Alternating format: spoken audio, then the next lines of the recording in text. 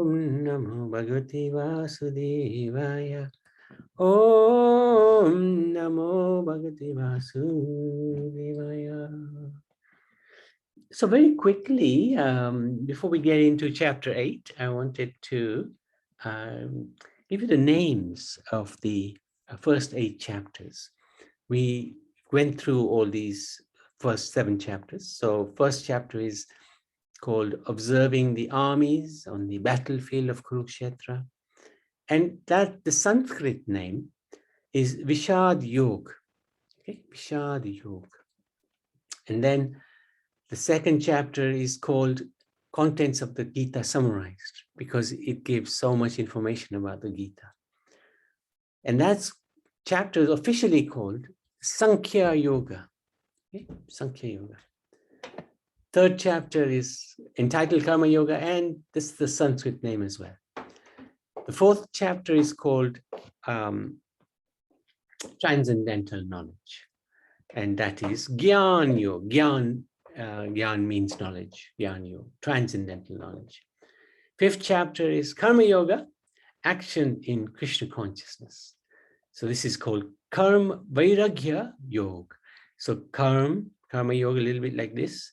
Vairagya means detached, not attached, yoga. And then sixth chapter, which was the long chapter, we split it into 2, Dhyan Yoga, and its Sanskrit name is Abhyas Yoga. Abhyas means to practice. Seventh chapter, which we did last week, knowledge of the absolute. And the 7th chapter is the beginning of the middle section of the Bhagavad Gita, which is all about bhakti. And where does bhakti begin? By knowledge of the absolute truth. So when we get to know a little bit about God, that's the beginning of bhakti. And it's called Paramahamsa Vigyan Yoga. Now, 8th chapter, which is what we're going to do now. Attaining the Supreme is such an important chapter, because here Krishna describes how we can reach him. And the name of the chapter is Akshar Parabrahma Yoga. Okay, so this is just a prelude to the session that we are going to do on the 8th chapter today. Okay, so a very quick summary of the 8th chapter, what it's all about. So Arjun asks lots of questions because Krishna used a lot of technical terms in the last verse of the 7th chapter. So now Arjun wanted to know more about what he meant, and the Lord answers him. I think he asks 8 questions, and the Lord answers the first 7 questions very quickly. And then he focuses in on one of the most important questions that Arjun asks about how can we know him at the time of death. Yeah. So many would consider it morbid to contemplate death. So when we talk about dying, people think, hey, why are we talking about such a horrible subject? But we have to understand it is a real situation that, of course, we don't want to experience death, but everybody has to face it at some point. And that's only if we don't understand that we are not this body, but we are the soul. If we understand the soul, we are the soul, there's no question of death. The soul never dies. So anyway, there are 4 unavoidable predicaments in life, and that is birth, disease, old age, and death. Can't avoid those. We often forget the inevitability of death, right? Because we are entangled in our day-to-day. You know, you go to school, you come home, do some work, do some chores, have something to eat, go to sleep, go to school, next day, and you sort of get caught up in that routine, and you forget actually that there is more to life than just eating, sleeping, like that, and going to school, etc. Of course, I'm not saying don't go to school, go to school. Very important to learn. But I remember when I was 13 years old, I asked myself the question, is this it? Is there nothing else to life other than going to school, coming home and eating, sleeping? That's it. There's got to be more to life than just that. So then that got me asking questions from a lot of people, reading lots of books. There's got to be more to life than this. And it's an important thing to understand that there is more to life than simply work, home, school, etc. Okay. So we often forget the inevitability of death because we are so hung up in our own lives. And thus Krishna deals with this very subject. The themes of this chapter are as follows. There's 4 themes as always, nearly always. So Arjuna asks a number of questions, and one of them is about what happens at the time of death. Krishna replies, what state of consciousness one has at the time of death one will achieve. So this is such an important point, and we'll come to that in a few minutes. Then Krishna describes what happens to the different yogis. Where do they go? And he also describes what happens to the yogi at different times of leaving this body, dying. And he also describes the supreme position of his devotee. So let's start. Srinitya, you got your hand up already. I tell you what, I'm so pleased with you. You can start. And then I remember last week. Shall I start? Just one second. Last week, Ishwari or Kishori, one of you didn't get a chance to read. So the next batch you can read, but it'll be after a few minutes. So anyway, Arjuna inquired, O my Lord, O Supreme Person, what is Brahman? What is the set? What are fruitive activities? What is this material manifestation? And what are the demigods? Please explain this to me. Text 2. Who is the Lord of Sacrifice? And how does he live in the body? O Madhusuna, and how can those engaged in devotional service know you at the time of death? Text 3.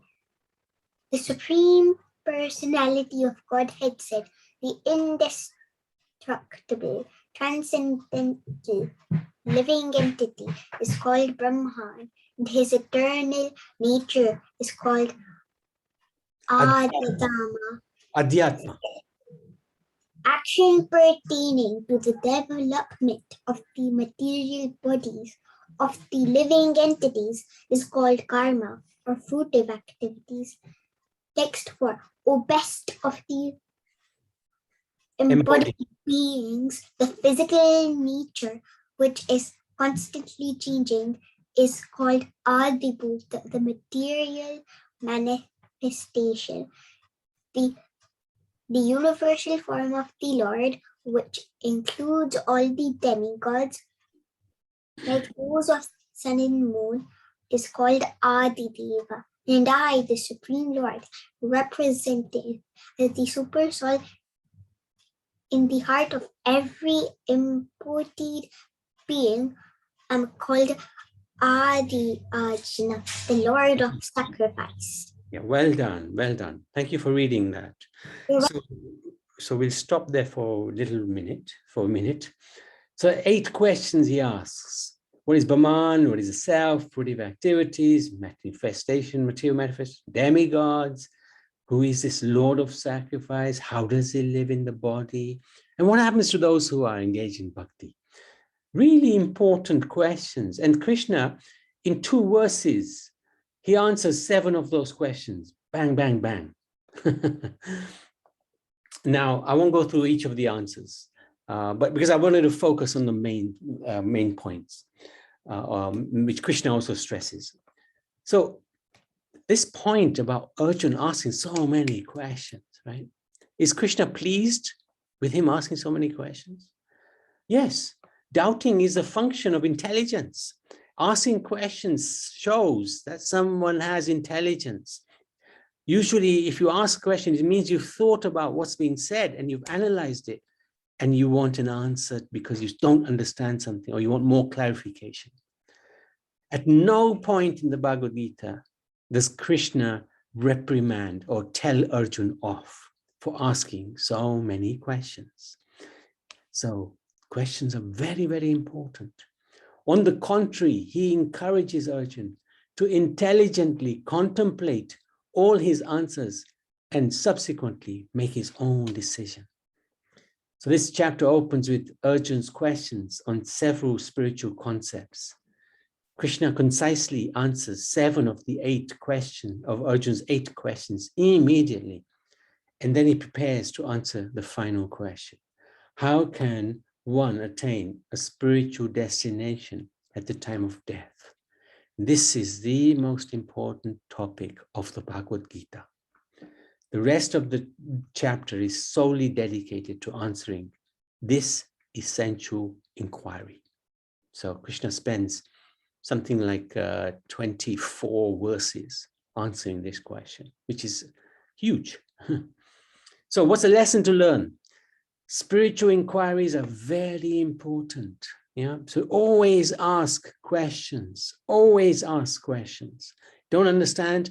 Ask a question. Nobody will tell you off. I definitely won't. And you might even think it's a stupid question, but there's no such thing as a stupid question, okay? Who benefits?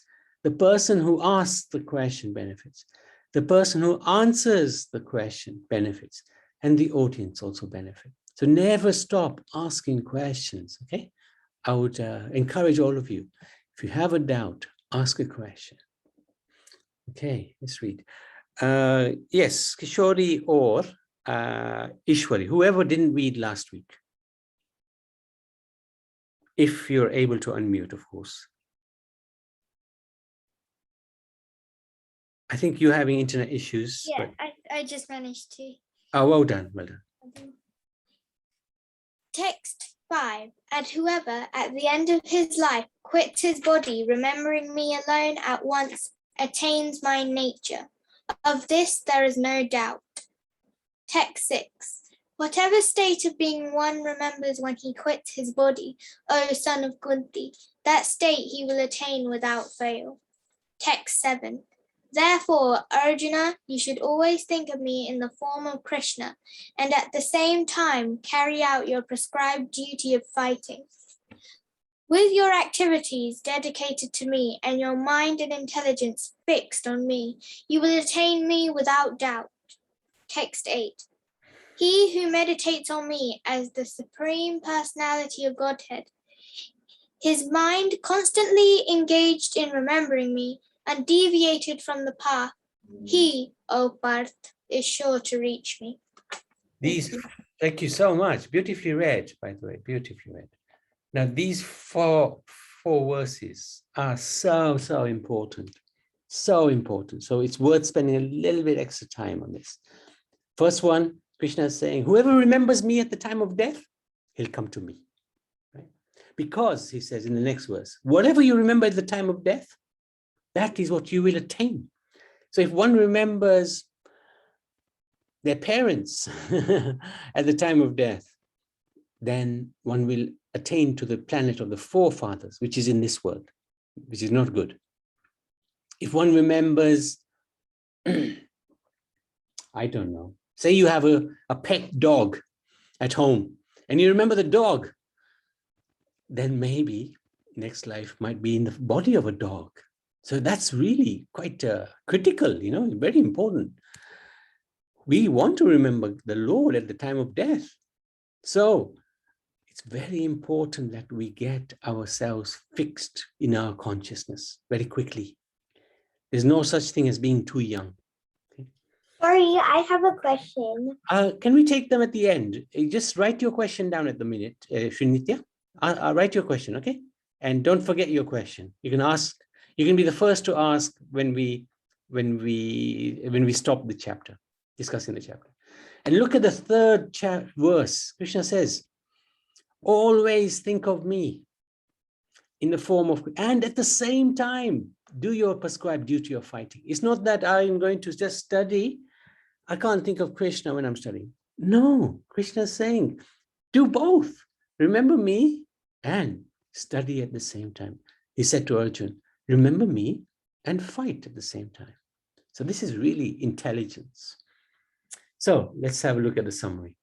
For those engaged in worldly pursuits, hearing about, contemplating, and accepting the end, death, is not the most inspiring reflection. So most people, if you talk about death, they will think, phew, why are you talking about such a morbid subject? But for a spiritualist, the end is not depressing thought. Since his concept of life and its purpose is much broader, we know we exist beyond the body. For one who is born, death is certain. For one who dies, birth is around the corner. Krishna explains how a person's thoughts at death sums up their consciousness. So this is it. And aspirations cultivated throughout life. Thus, one's state of mind at the time of death determines their next situation. For those who remember God at death, they reach the kingdom of God. So this is going to be one of the most important lessons of whatever we're teaching you in the Bhagavad Gita. There's a story in the Srimad Bhagavad Puran, which is the next scripture to learn after the Bhagavad Gita. And in that pastime, there is a great king called Bharat. He was such a great king. He gave up everything, the whole kingdom, and he went to the forest. He gave up his wonderful bed and his mansions and palaces and wives and children and everything. And he settled in the forest to meditate. He achieved a very high level of God consciousness. But at one point in his life, he rescued a baby deer, a doe, I think. And he became attached to that doe. He started looking after the doe. He forgot his religious, spiritual practice, but he started looking after the deer. And unfortunately, when he died, he thought about the deer. Who will look after the deer if I'm not here? And guess what his next life was? A deer. But Krishna always protects his devotees because he was so close to becoming God conscious, fully God conscious. Krishna allowed him to remember his life. When he was a deer, he allowed him to remember his life as King Bharat. And then the deer realized, I made a bad mistake. So he went to the place of the sages and he stayed with them. And then there's a whole story behind that after that as well. I won't go into that. But this just describes what happens at the time of death. What's the lesson to learn? So, really important lesson, okay? Every 15 minutes, if you can, say out Krishna loudly or to yourself. Krishna, Krishna. Every 15 minutes, just remind yourself, Krishna. Whether you're working, eating, playing, studying. In this way, you're training your mind to constantly think of Krishna. It is said that at the end of life, one's whole life flashes past in front of us, right? The whole life comes. I know people who have been very close to death, and this is exactly what they tell me. They tell me everything they did in their life, within a moment, it flashes in their life. So it's important to remember God throughout our life so that we can remember him at the end of our life. So every 15 minutes, if 15 minutes is too quick, every half an hour, and then try to reduce that to every 10 minutes, every 5 minutes. Just say out Krishna, Krishna, Krishna. This is really good training to remember the Lord. And if you do this, this will help you throughout your life. No matter whether you have difficult situations, challenging situations, if you just remember Krishna, everything gets solved very easily. Okay, let's have a look at the next chapter. The next section.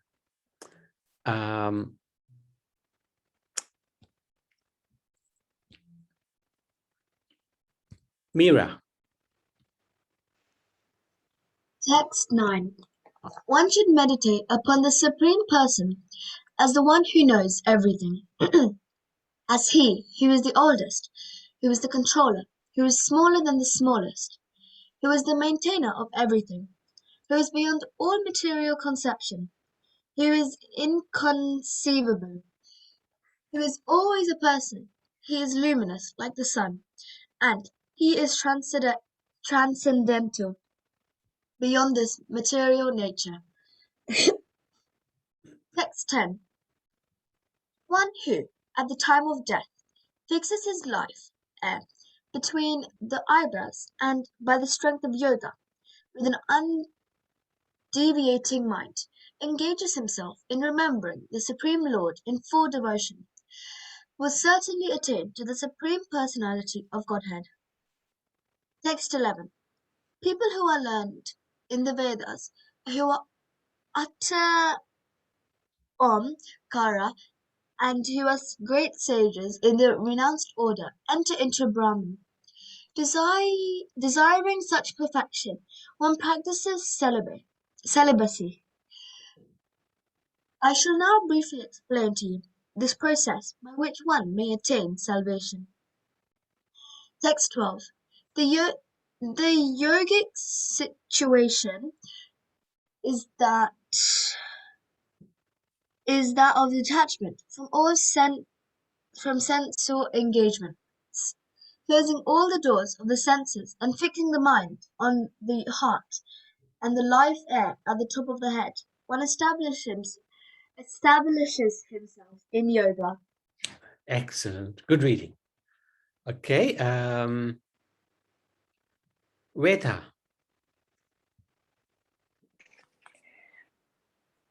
Text 13. After being slaughtered in the yoga practice and violating the sacred syllable or the supreme combination of letters.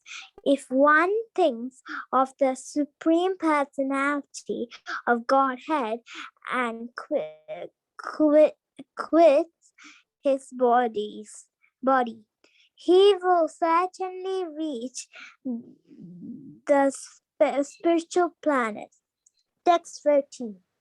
For one who always remembers me without deviation, I am easy to obtain, O son of Pratha.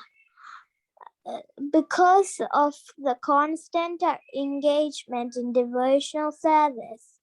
Text 15. After attaining me, the great souls who are yogis in devotion never return to his temporary world, which is full of miseries, because they have attained the highest perfection. Text 16. From the highest planet in the material world down to the lowest, all are place of misery, wherein repeated birth and death take place. But one who attains to my abode, O son of Kunti, never takes birth again. Text 17. By human calculation, 1,000 ages taken together form the duration of Brahma's one day, and all such also in the duration of his night. Well done. Very good. So Om is normally, as you said, is spelled A-U-M. But here, because we have this dot on top of the M, it's pronounced Om. That's fine. And look at this verse here. From the highest planet in this material world down to the lowest, all are places of misery. So Krishna is actually saying, not to make us depressed, right? It's not to make us depressed. He's just giving us a reality check. So one should never think, I am completely happy here. Mom and dad have given me a bar of chocolate, chips and pizza. I'm really happy. No, this place is a place of misery. There may be a little bit of happiness sometimes, perhaps, but this place is a place of misery. It's not to make anybody depressed. It's to make everybody determined that we are going to find our real home, our real father and mother, and that is in the spiritual world. Okay, let's read a bit more. Shavi. Hare Krishna, Prabhuji. Hare Krishna. Just a second, I can't see the screen. Oh yeah, now I can see it. Text 18. At the beginning of Brahma's day, all living entities become manifest from the unmanifest state, and thereafter, when the night falls, they are merged into the unmanifest again. Text 19.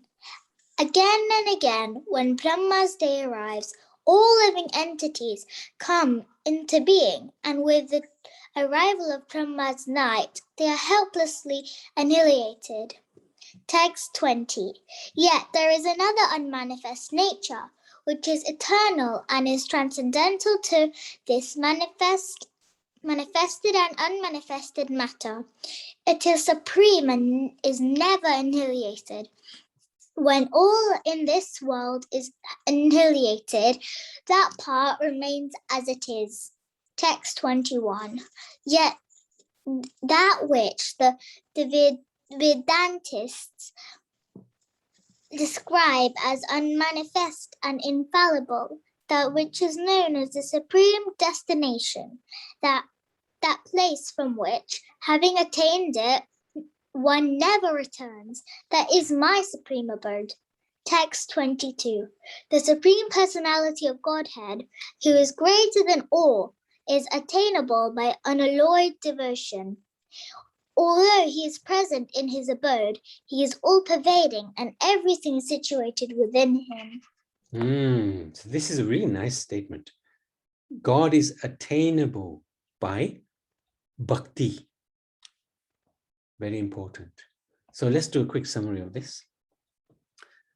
This world is a temporary university or a temporary school, if you like, specifically created to give life lessons. We are here to learn. And I often say this, I go to a lot of schools and I often say this to the children, don't play so much Game Boy or Xbox or watch so much television. You can do a little bit because you're children, but not spending so many hours on it every day because you're wasting your time. This place, this world is where we learn. We're getting life lessons. As spiritual beings, life in a complex world of matter is an incompatible situation. We are spiritual, we're eternal, but we're trying to enjoy in a world which is full of temporary things. Everything comes to an end, but we don't come to an end. So that's not a compatible, that's not, it's not reconcilable, right? We're trying to enjoy, we permanent beings are trying to enjoy in a impermanent situation. It doesn't work, okay? When one becomes frustrated by the pursuits of this world, we can realize that happiness lies in another realm. So we're not saying that there is no such thing as happiness. There is. It's just not going to be here because this world is completely temporary. Everything comes to an end. Even if we have all the money in the world, we have something called death. We will leave this body and the money stays here. And what happens with death? We get another body. I often joke, we get another chance to learn how to wear nappies all over again. Every time we die, we're born again. We have to learn how to wear nappies all over again. What a crazy situation. While this material world is rubber stamped as a constantly changing place of misery, the spiritual world is different. It's distinguished as being eternal and all blissful. There are many painstaking ways in which different spiritualists conduct their lives in order to attain that supreme destination. And having attained it, one never returns to this temporary realm again. So we've been through this. So let's understand, what are these different destinations of these different spiritual practitioners? Karma Kand, those who worship the demigods to get benefits. They will end up either on earth again or go to the heavens. And then they'll come back again to this earth when their good karma is finished. The karma yogi, that person who has, who does work, but he's doing it as a duty, but he's not got God in the center of his life. So he will either attain the heavens or a good family in this world, because he's not attached to the fruits. So he's good, but he's not attached to God either. The Gyan Yogi, he is simply looking for knowledge, and he's focused on the impersonal form of God. He'll attain the Brahman. Then there's the Astanga yogis, those who perform the yoga exercises, controlling the mind. Again, they're not attached to the Supreme Lord, so they may attain Brahman or the Paramatma. But the Bhakti yogi, what does he get?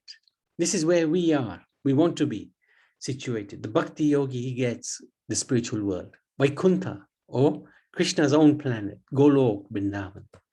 Now, we went through this, I think 2 weeks ago, maybe. This is the yoga ladder. If we have an animalistic life that we live, we better know better than the animals, then we're going to end up in the lower species. Again, karma kanda, heavens, karma yoga. There's different types of karma yoga.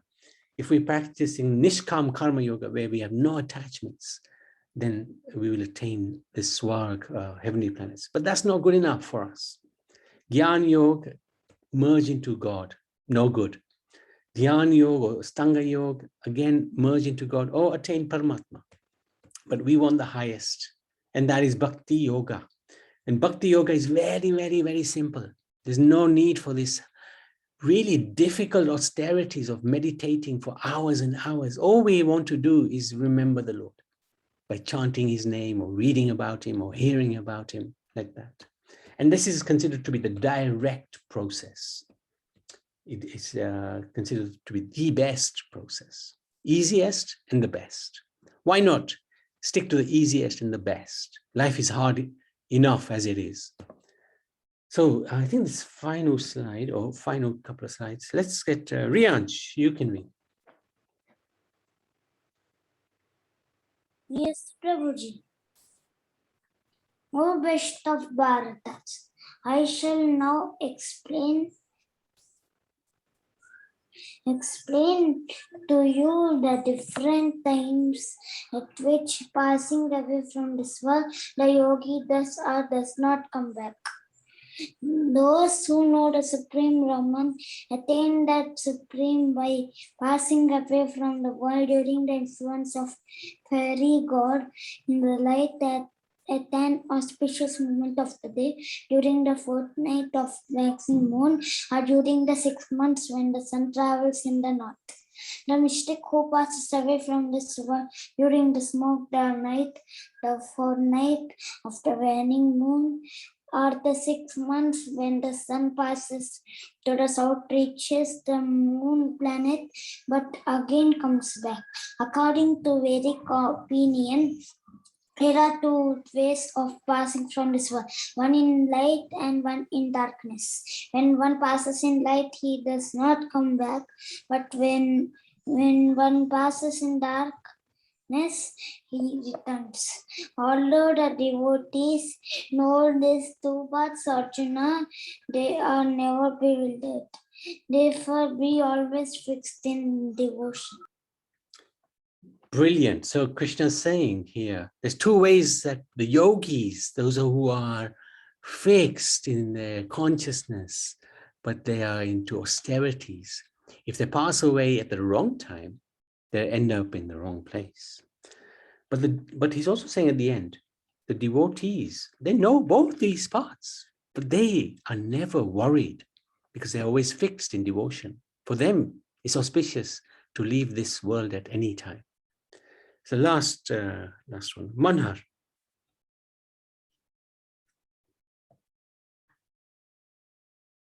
Hare Krishna. Hare Krishna. Text 28. A person who accepts the path of devotional service is not bereft of the results derived from studying the Vedas, performing sacrifices, undergoing austerities, giving charity, or pursuing philosophical and fruitive activities. Simply by performing devotional service, he attains all these, and at the end, he reaches the supreme eternal abode. So this is basically saying a 50-pound note, if you ever held one in your hand, feels good. Why? Because it already includes the 1 pound coin. It already includes the 5-pound note. It already includes the 10-pound note and the 20-pound note. So when we do Bhakti Yoga, that already includes Karma Yoga, Jnana Yoga, Astanga Yoga, Dhyana Yoga. Everything's already included. Nothing more to worry about. Just like when you have the 50 pounds, you don't have to worry about the 10 pounds. It's already in there. So this is what Krishna is saying in this last verse. That person who does bhakti, he's already studied the Vedas. He's already performed the sacrifices. He's already done his charity. Everything's already done for him. So really nice. Krishna's really giving the most incredible knowledge in this chapter, how to attain him. As different spiritual practices are discussed in this chapter, Krishna concludes by outlining the most effective process to attain the supreme, Bhakti Yoga. So we can't stress it enough. The path of active service to God in the mood of devotion. That's what Bhakti Yoga is. It's described as the topmost and the quickest spiritual path. It's active service to the Lord. You actually are doing some practical service in the mood of devotion. Following other processes like Astanga Yoga, the practitioner has to be careful of all the technicalities and intricacies, e.g., for example, passing away when the sun is in the north or south, because the result of either are very different. So if one passes away when the sun is in the south, you're going to end up in a wrong place. However, with Bhakti Yoga, which is a very powerful process as required in this age of Kali Yuga, this is a really terrible age that we live in, the Iron Age. It's full of, temptations, and we are all weak because we're not very strong spiritually. So the devotee is completely reliant. We rely on the Lord for his mercy, and we don't worry about where the sun is. It doesn't matter anymore because we're simply relying on the Supreme Lord. So what's the lesson to learn from this? The devotee simply relies on the mercy of the Lord. Even if the Lord offers him all types of liberation, the devotee does not accept because he simply wants to serve the Lord. Krishna finds it impossible to repay the debt to such a devotee. And thus he is conquered by the devotee's love because he cannot repay them. And the example is of the gopis. The gopis loved Krishna unconditionally. No matter what he did to them, whether he was there present before them or hid away or played some cruel joke on them, didn't matter. They loved him unconditionally. And because they loved him unconditionally, they wanted nothing from him. They simply wanted to serve him. They simply wanted to please Krishna. And because Krishna would say to them, what can I do for you? I want to do something for you. And they would say nothing. We just want to serve you. We just want to make you happy. We don't want anything in return. And what happens when somebody does that? You become indebted to that person. You become very obliged to that person. You feel all love in the world for that person. Just like your mom and dad, they do so much for you. They do so much for you. But if you say to them, Mom, Dad, I want to help you, they'll say, no, it's okay. You just enjoy. We'll do everything. Yeah. That mood, that's what conquers the child. And the child will think, oh, yeah, Mom and Dad. They become so close to their mom and dad. Yeah. So in the same way, God becomes attached to his devotees. He becomes obliged to his devotees. And the devotees, they simply rely on the Lord. Nothing else, nobody else. Simply relying on the Lord. So that's where we can conclude today. And we'll take some questions. Now, just to remind everybody, the chat is there for just letting us know your name and your age. Name mainly, because then we register you. If we don't have your name, or your name is not showing correct name on the screen, we won't register you because we don't know you there. So any other chats really shouldn't be there. Try to avoid the chats, try to avoid asking questions, because we will try to have the session now where you can ask your questions. All right. Let's go to the questions. And we're going to have a quiz a little bit later on. And Pari has very, very kindly set that up. So looking forward to that. Shri Nitya, I promised you can be the first to ask. So go ahead. Oh, so my question is, I have 3 questions actually. Where is Vaikuntha? Oh, very good question. I wish I had that chart. Let me just see if I can bring it up quickly. I mean, is it somewhere where Krishna stays, or? It's actually where Vishnu stays. This is, it's part of the spiritual world. It's not part of our world. It's eternal. It never dies. It never finishes. It's where Lakshmi and Narayan live. It's a really transcendental, beautiful, beautiful place. Is Goloka Vrindavan even more beautiful?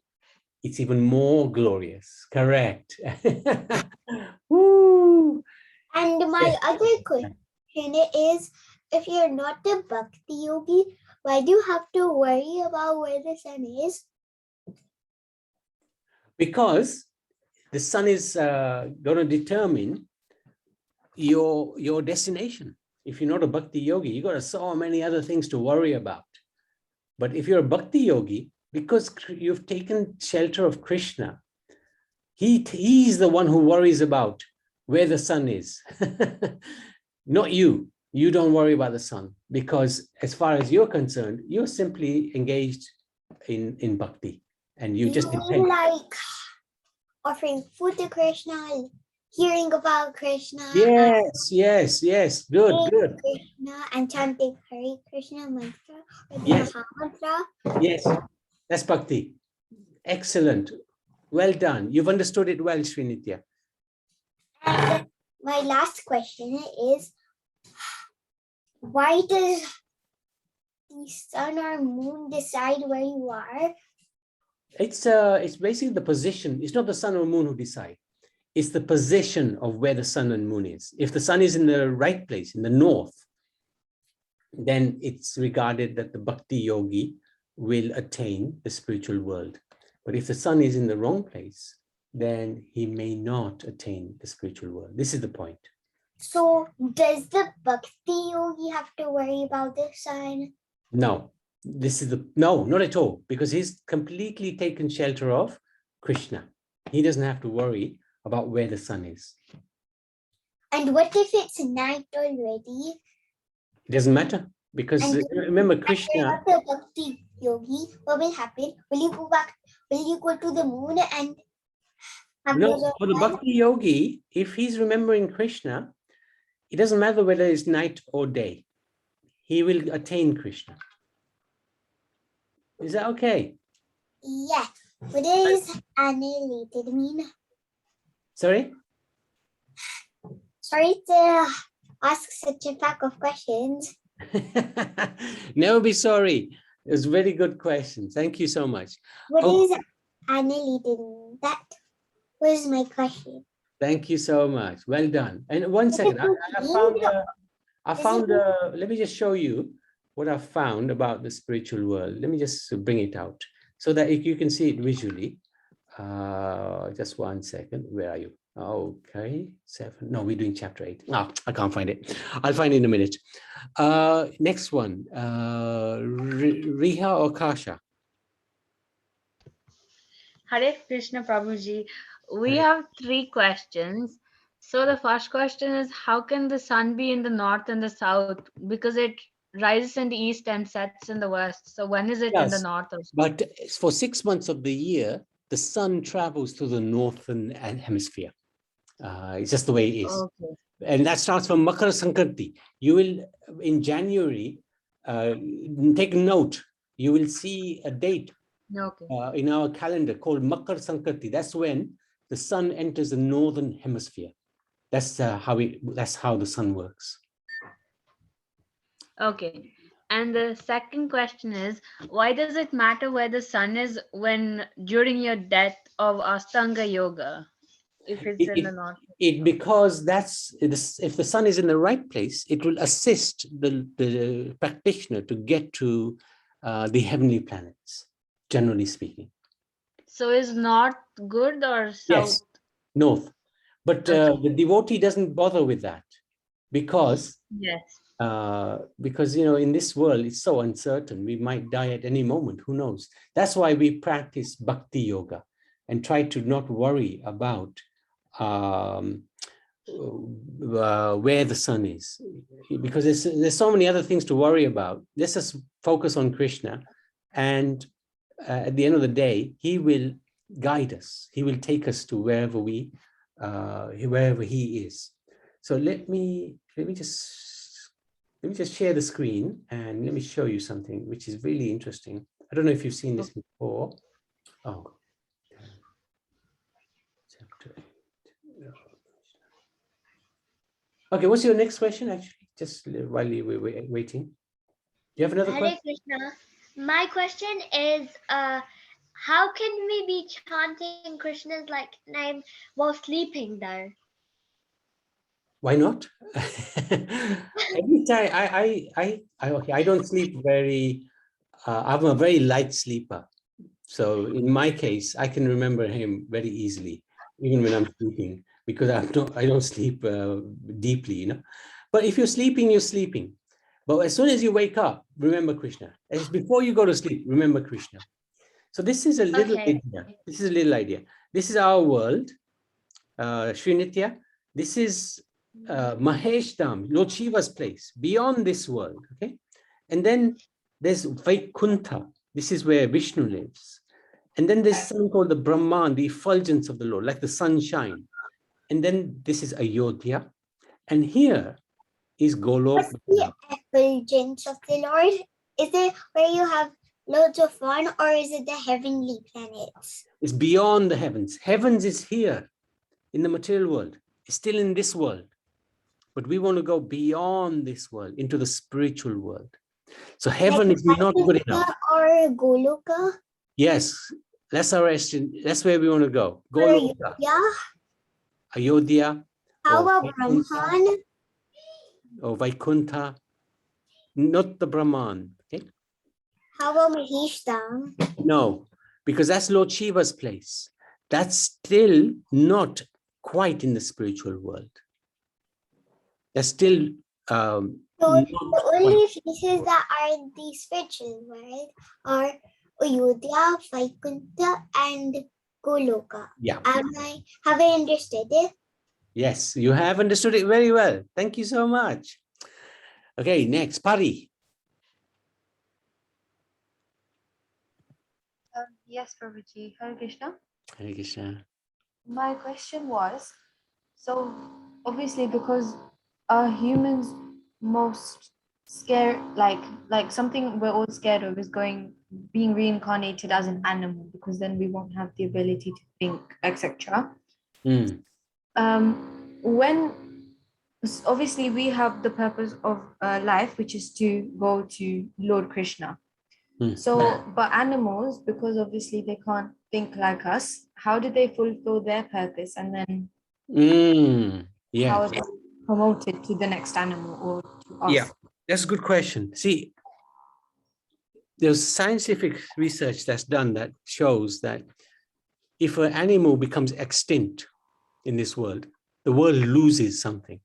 Every animal has something they can contribute to this world. If humans become extinct, the environment in this world will not suffer, it'll improve. So it shows that human beings are meant to be here for a higher purpose, right? So when an animal, how can an animal achieve its purpose? The idea is animals don't suffer karma. They will, when they leave the body, they will just go to the next level of consciousness that is higher than their current consciousness. They go through this cycle of evolution of the consciousness. So Darwin's theory was a little bit okay, but actually it doesn't quite capture the Vedic concept. So the animals, they will go from, say, an amoeba to aquatic life. And then from the aquatic life, they'll reincarnate into animals with many, many legs, eventually until they come to the four-legged animal. And then they come to the cow. And then eventually, I think there's, in terms of species of animal life, there's about 800,000 plant life included, by the way. So before they even go into the aquatic, they'll go through the plant life, become a tree, etc. And then from the cow, they'll eventually come to the human stage of life. So that's how the animals effectively develop. Every time they take another body, which is a higher level consciousness, because that consciousness is a little higher, they get a little bit more understanding of this world, but at a very fractional and higher understanding until they come to the human stage of life. And even within the human species, there's 20,000 species of human life. If you, it's amazing. And not most of them are not civilized. So we are very, very, very fortunate. We have to consider ourselves winning the lottery with having this human form of life with full consciousness. So be very grateful to God and always utilize our time in trying to understand the Lord more and more and more. Great question, Pari. Thank you very much. How does that answer your question, by the way? Yes. And should I put up the Kahoot poll? Just give us another 5 minutes, after 5 minutes. Meera. How many chapters are there in the Bhagavad Gita? 18. 18.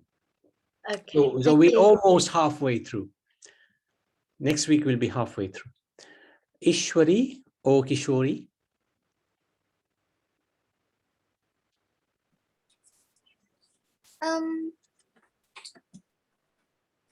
I just wanted to ask why does Lord Vishnu have so many forms? I mean, why couldn't he defeat demons in one form? He could, very easily. But variety is a spice of life. That's a saying in adult terms. Basically, Krishna takes the form which is devotee's desire. It's not that he takes a form to kill the demons. Demons are by the by, you know.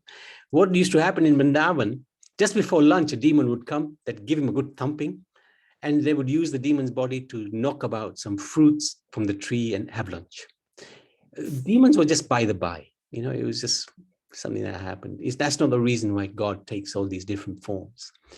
The reason he takes these different forms is to fulfill the desire of his devotees.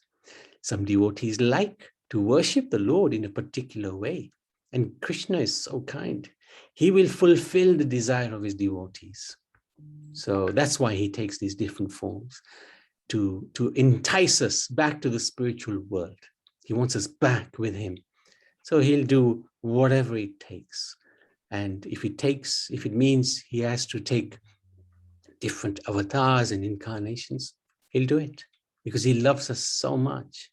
He'll expand himself unlimitedly just to get us back to him. Does that make sense, Ishwari? It's Kishori. Oh, Kishori, sorry, yeah. Does that make sense? Yes, thank you, Prabhu. Thank you so much. Good question. I've also got a question. Sure, sure. I think it's kind of like two questions. So my first question is with Mirabai. She was in Bhakti Yoga and she completely relied on Lord Krishna. That is Bhakti Yoga, isn't it? All right. Absolutely spot on. She's one of the greatest devotees of the Lord. So she was his greatest devotee. And she was waiting for Lord Krishna to come and take her away from the earth. So why didn't Lord Krishna just make her get liberated? Why did she have to go through so many troubles in her life? Yes. Why did she have to have such great suffering in this life? Good When, question. people who aren't really devotees, they experience what they think is happiness Hmm. in life, rather than lots of suffering. And Mirabai had to suffer a lot.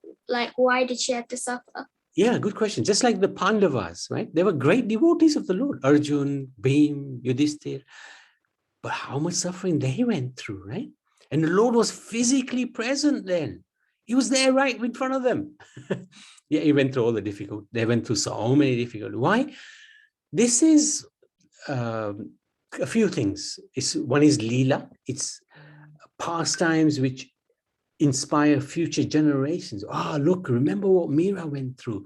Yes, we got difficulties in our life, but just remember, Meera also had those difficulties and she sailed through life. Yeah. So the Pandavas, that's how many difficulties. Even Krishna was physically present at that time, yet they had to endure so much. Why? Well, again, it's to make their devotion to Krishna much stronger. Why did Krishna leave the gopis, right? In the middle of the Ras dance? They were completely, fully dedicated to him. Why did he leave? To make their devotion stronger towards him. That's why. So Meera's devotion increased unlimitedly due to the troubles that she was going through, because those troubles did not deter her from becoming God conscious, Krishna conscious. So that is her glory. If it was easy, hey, anybody can do it, right? If GCSEs and A levels, if they're just ABCs, everybody can do it. Everybody gets a pass. What's the difference? Who cares? The qualification means nothing.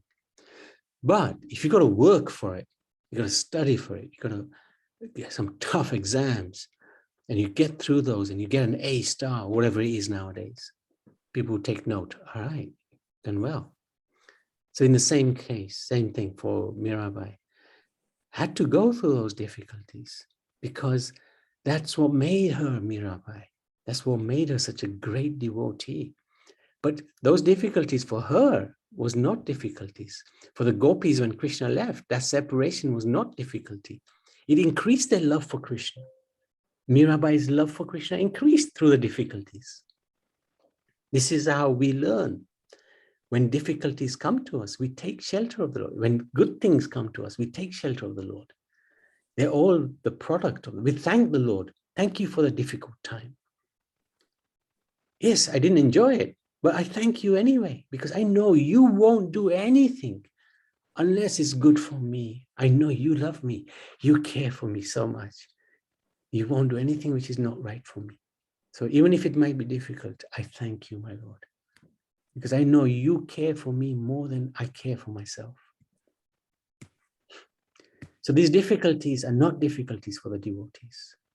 They're Krishna's love bites.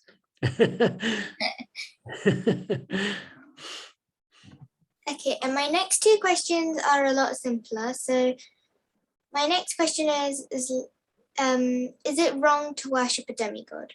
Yes. Okay, it's not wrong in the sense that you're doing something sinful. It's not sinful. Yeah? Yeah. But it's also not going to help you. Okay, so is Lord Krishna's avatars counted as demigods or? No. Ramachandra is one of the most famous avatars. Hanuman is one of the most famous devotees of that avatar. He wasn't worshipping demigod. He was worshipping Krishna, avatar of Lord, Vishnu Tattva. That's absolutely fine. Absolutely no problem with that. I'm just trying to remember what my last question was. No, don't worry. If you remember, come back. Huh? So Arjun, I will take 3 more at least. Arjun, Riya, and Nimai.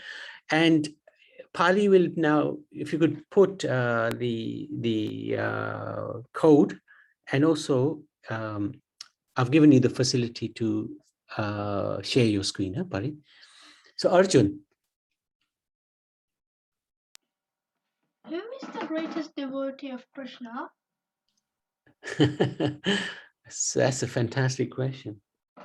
Who is the greatest? I would say Srimati Radharani, but actually there's no difference between Radha and Krishna. In our tradition, Sanatana Dharma, God is both male, God is also female.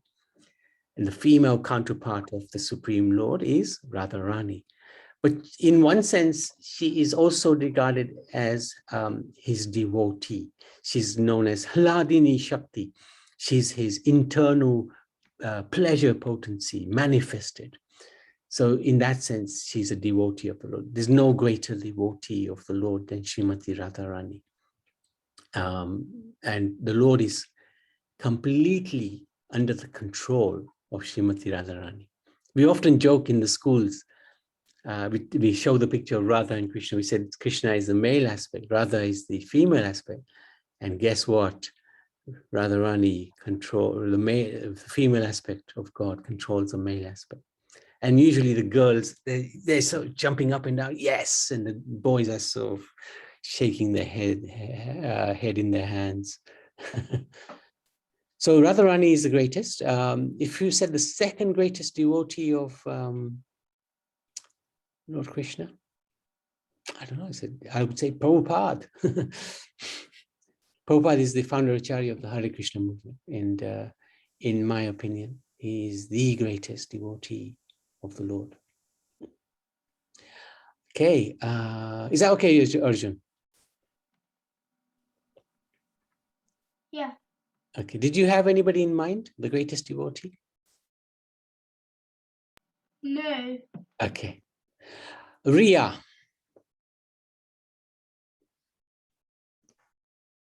So my question is, so my teacher's grandfather still lives and he's 102. So, but I thought you die at like 90 or 80. No, he's 102. Mm-hmm. That's incredible. Wow. No, this body, if you look after it, and if your karma allows you, it can stay, it can be on this planet for much longer. We know people, well, we don't know personally people, but we know of people who've lived beyond the 100 years, way beyond 100 years. Okay. Okay. Nimai? Hare Krishna Prabhuji. Hare Krishna. So I had a question, like, so like Indra, when he, after the Govardhani Leela, I think he came down to this earth where Krishna was to apologize to Krishna. But but since he's in the heavenly planets, like in the 8th chapter, it's saying like you attain heaven, but you come back after your good karma finishes. That, but and you reincarnate. So isn't Indra like in heaven and he's supposed to like reincarnate into this material world because like he's in heaven and No. Heaven is still in this material world, right? It's still within this material world. And Indra's position is as king of heaven. He can travel within this material world pretty much anywhere. He can come to earth at any time, at any moment. So he won't get like, so he won't get stuck into the material condition. No, well, he is stuck in the material position, but he won't be stuck on earth. Oh, okay. Yeah, he won't be stuck. He's still stuck in this material world because he's attached to his position as Indra. I am Indra, king of heaven. And, I can enjoy and have celestial girls dance in my palaces and, become very attached to the Soma Ras and this and that. Yeah. But because his position is that of King of Heaven, he can travel anywhere pretty much within this universe and not be bound by where he goes, but he's still bound in this world. Unless he decides somehow to become pure devotee of the Lord, become attached to the Supreme Lord and do pure Bhakti Yoga, he won't get out of this world unless that happens. Yeah. So like until he's like in the sort of false ego, he's gonna like still be trapped in this world, and unless he finds a way to become a pure devotee, he will still he'll just be struggling in this world, similarly like us. Yeah. And we could be the next Indra if we did this enough tapasya, and we could be in that same boat that we'll be thinking, hey, I'm Indra, don't mess with me. That false ego and the enjoying propensity can be there within us. So we have to be careful that we understand our position, that we are only little servants of the Supreme Lord, and try to focus our attention on bhakti to Supreme Lord. Okay. Fantastic. Thank you so much. Now, let me just see, has Pari done the code, and you can share your screen and everybody join in, please. We'll go through the quiz on chapter 7. Is everybody in? Has anybody not joined in yet? I'm in. I'm not in yet, though, dear. Yes, I can see you. Anybody missing from here? Navnidhi is not yet. So Roger, am I missing? I could not see the screen. Riansh, you're there. You're on there. Yes, Roger, now I can see. Okay. Anybody missing? Harshini, Ria, you can't join. Try to join. We give you a minute more. And I can see, actually, Abhijay, did you have a question, Abhijay? You can quickly ask while we just... Yes, please. Go for it. Okay, so I was asking, what are actually examples of demigods in Hinduism? Sorry, say that again. What are actually examples of demigods in Hinduism? Oh, okay. Examples of demigods. The sun god, Suryadev, he's a demigod. The god of death, Yamraj, he's a demigod. Varun Dev, who is the lord of the oceans, he's a demigod. Indra, king of heaven. The wind god, Vayu. There's so many examples. There's 33 crore demigods in this one universe. And there's millions of universes. There's a lot of demigods. And what do the demigods do? They rule the universe. Like in this country, there's so many ministers, cabinet ministers, and the prime minister. They rule this country. So just imagine if this tiny little island needs so many people to rule it, control it. Imagine the universe. All right, let's go to the quiz. Thank you so much. Great questions today, by the way. Really good questions. Really appreciate it. And Pari, over to you. Yes, Prabhuji, so I think someone's still trying to join. Okay. Well, thank you again, by the way. I think it was Ishvari who asked the question about Mirabai, and I don't want to interrupt, but I read a quote somewhere that said, God gives his strongest soldier his strongest battles. I like that. Yeah, I like that. So I think so I'm going to start it. Yes, very good. Knowledge of the absolute.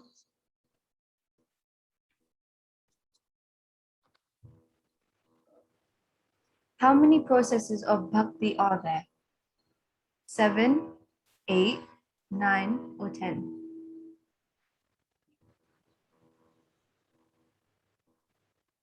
Nice question.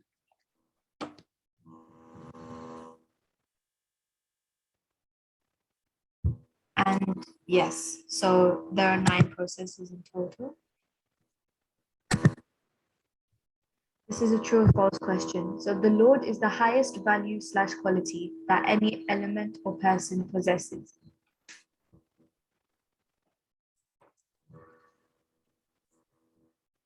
For example, the taste of water, the heat of fire. And yeah, majority got it right. So well done. Another true or false. The Lord is not under the three modes, rather they are within him. So the mode of goodness, ignorance, and passion.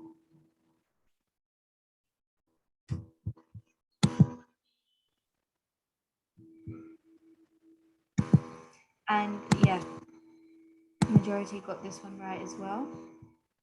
Well done. We have Riyansh. That's the first person. Who is able to surrender to Sri Krishna? One who searches for knowledge of the absolute, one who is grossly foolish, one who has atheistic nature, or one whose knowledge is stolen by illusion.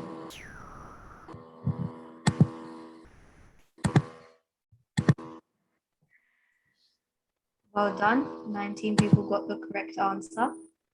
Great questions. Those whose intelligence has been stolen by material desires surrender to Lord Krishna, the demigods, atheism, or no one.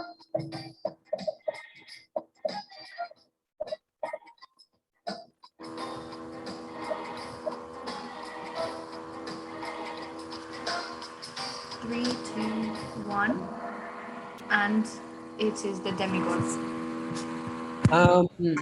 There's a lot of background noise, Pari. Oh, Babaji, do you want me to mute the tab or? No, you carry on, carry on. Okay. Krishiv on top. True or false? Demigods are equal to the Supreme Personality. True or false?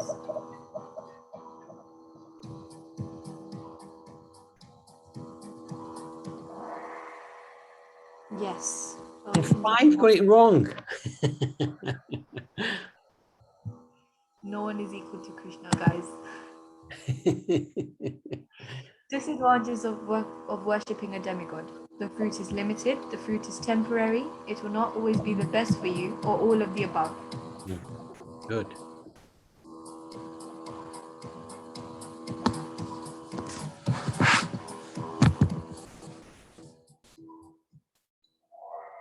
And it's all of the above. Very good.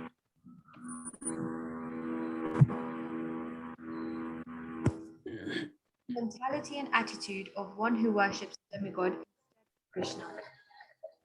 They have false prestige, they believe they are the enjoyer, they desire superior pleasure in higher planets, or all of the above.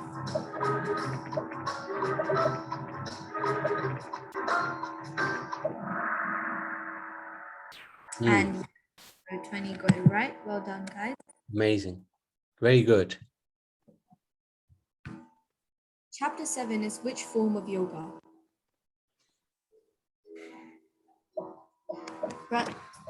Paramhamsa Vijnana Yoga, Bhakti Yoga, Dhyana Yoga, or Jnana Yoga. Very good. So we learned this today, guys. Yeah, very good. And 7 got it right. That's good. All right. True or false? And this is a double point question. Sanatana Dharma can be regarded as multi-layered, polymorphic, and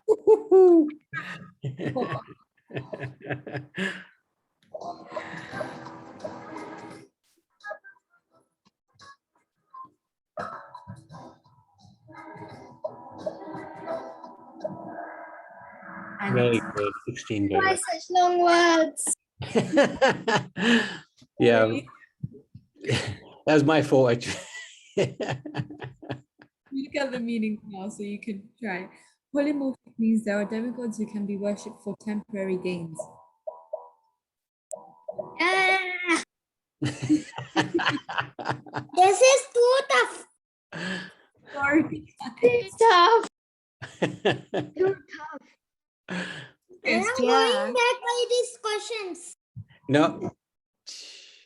It's actually false. polymorphic means expansions of Krishna. Yes. Okay, guys. I am in 20, please. Why monotheism means God as a divine couple. Radha Krishna manifested in two forms.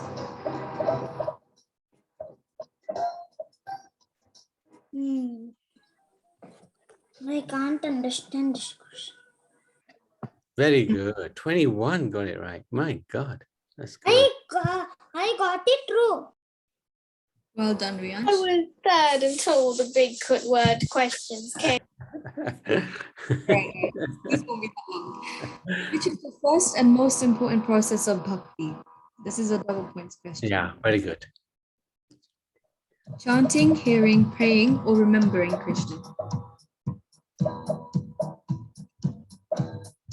Attention. Yes, hearing. Only Hearing. 3 got it right. Oh my goodness, what happened? Well done to the 3 people that got it right.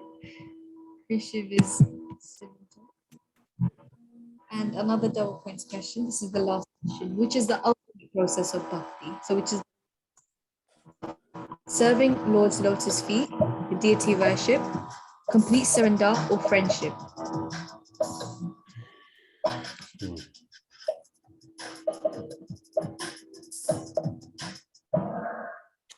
And well done, majority got it right. So complete surrender. All right, nice one. Yes. It was a tricky game. Yes, it was hard. Then we have Krishiv. And But I number was 1 trying. is And first place we have Nimai. Nimai Kijay. Well done, Nimai. Fantastic. Krishiv and runners up Navnidhi and Reha. Congratulations. Well done, everybody. Thank you so much. Hope you enjoyed the session. And thank you, Pari. That was a tough one, especially the multi-layered, polymorphic, bi-monotheism. I wish I'd never introduced that. Very good. Thank you so much. We'll see everybody next week. And if anybody wants to do the quiz for next week, please do. Can I do the quiz? Yes, Lokeshwar, you can. So that's chapter 8, okay? Thank you so much. Can I do the quiz too? You can maybe do chapter 9, okay? Next week. No, not next week, 2 weeks' time. Yay! You're the youngest person who'll ever do the chapter, by the way.